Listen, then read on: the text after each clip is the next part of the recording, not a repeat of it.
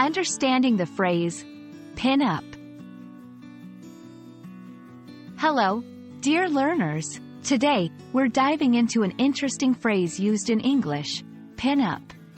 By the end of this video, you'll have a clear understanding of what it means, its origins, and how to use it.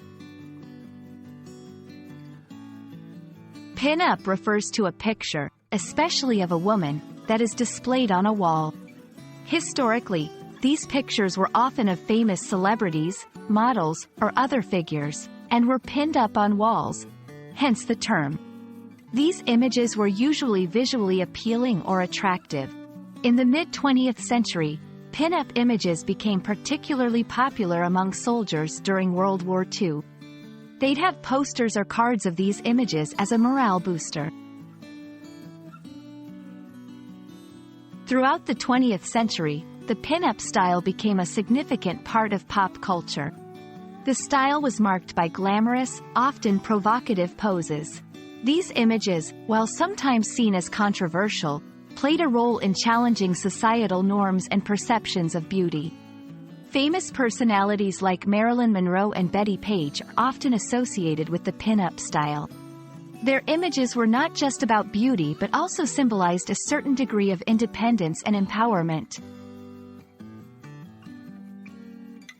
While the traditional concept of a pin-up might be rooted in the past, the term has persisted in modern culture.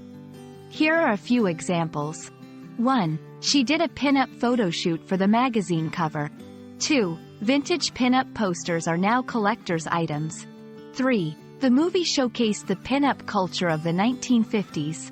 Notice that in modern usage, pin-up can be used to describe anything that evokes the classic style or feel of those iconic images. The term, pin-up, is more than just a word. It encapsulates an entire era and cultural movement. It speaks to changing societal norms, perceptions of beauty, and the empowerment of women.